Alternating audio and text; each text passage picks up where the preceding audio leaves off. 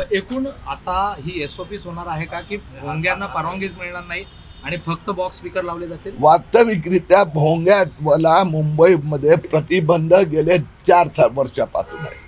न गणपतीत परवानगी मिळते न नवरात्रीत मिळते.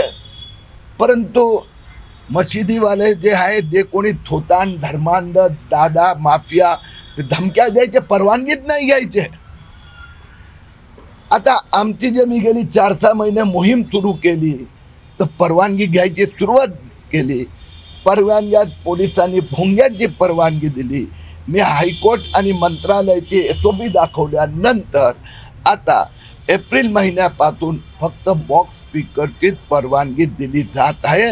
मुलुंडमध्ये भोंगे खाली आले, आता घाटकोपरमध्ये येणार. पूर्ण महाराष्ट्रात मशिदीवरून भोंगे किरीट सोमय्या देवेंद्र फडणवीसच्या आशीर्वादाने भोंगे काढून दाखवणार.